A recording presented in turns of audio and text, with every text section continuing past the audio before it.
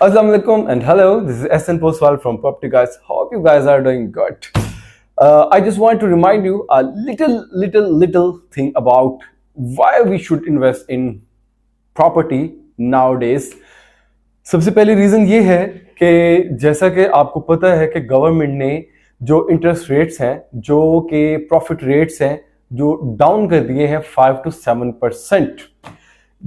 वो लोग जिन्होंने प्रॉपर्टी में इन्वेस्ट नहीं किया और उन्होंने अपने फंड्स जो हैं, जो पैसे हैं, वो बैंक्स में प्लेज करवाए और बैंक उनको, जो कन्वेंशनल बैंक्स थे वो उनको इंटरेस्ट दे रहे थे, जो इस्लामिक बैंक्स थे वो उनको प्रॉफिट दे रहे थे। सही है। तो जो पहले अगर कोई बंदा जिससे प्लेज करवाए हुए थे पैसे लाइक 1 करोड़ रुपीस, तो जो बैंक्स थे उनको वो 22% या 20% उनको वो इंटरेस्ट देते थे। और जो इस्लामिक बैंकिंग सिस्टम थे वो वेरी कर रहे थे। सही है। आपकी अमाउंट के ऊपर और उनका जो रेशियो होती है वो वेरी करती है एवरी ईयर।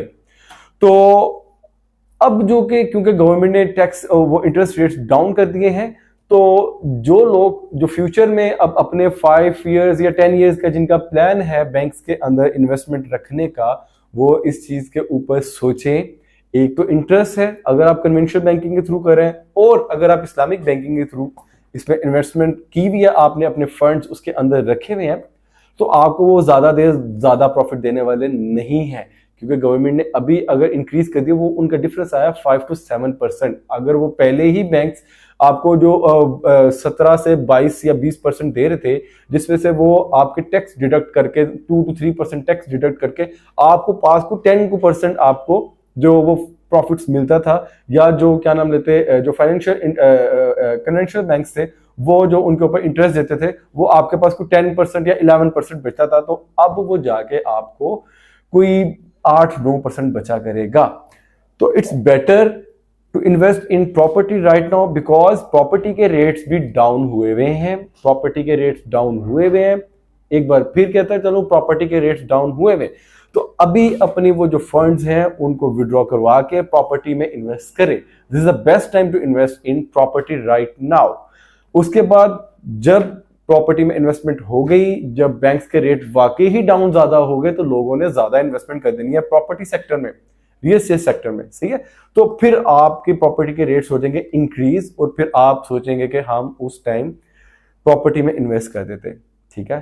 तो मुझे सिर्फ आपको इन्फॉर्म करना था, आपको कन्विंस बिल्कुल नहीं करना था, आपको इन्फॉर्म करना था कि आप प्रॉपर्टी में इन्वेस्ट करें रेदर देन कि आप बैंक्स में इन्वेस्ट कर रहे हैं। बैंक्स तो आपको इतना प्रॉफिट नहीं देंगे। अगर आप इंटरेस्ट ले रहे हैं तो वो तो ऑब्वियसली अगेंस्ट है हमारी रिलीजियसली जो वैल्यूज हैं उनके अगेंस्ट है। सही है। और अगर आप बैंकिंग जो है इस्लामिक बैंकिंग यूज कर रहे हैं, तो वो जो अब आपको प्रॉफिट्स मिल रहा था, वो अब उसकी रेशियो कम होना शुरू हो जाएगी। तो मैं आपको सिर्फ ये बताना चाह रहा हूं अभी कि आप बैंक्स में इन्वेस्ट करने की बजाय आप रियल एस्टेट सेक्टर में इन्वेस्ट करें, ताकि आपकी जो सेविंग्स हैं वो आपको कल को एक अच्छा प्रॉफिट देके जाए। आपको डीएचए में कोई घर परचेज करना है, कोई प्लॉट परचेज करना है, कोई कमर्शियल बिल्डिंग परचेज करनी है, कोई कमर्शियल बिल्डिंग रेंट पे देनी है, please do contact with me. I have given my number below. Thank you, take care and अल्लाह हाफिज।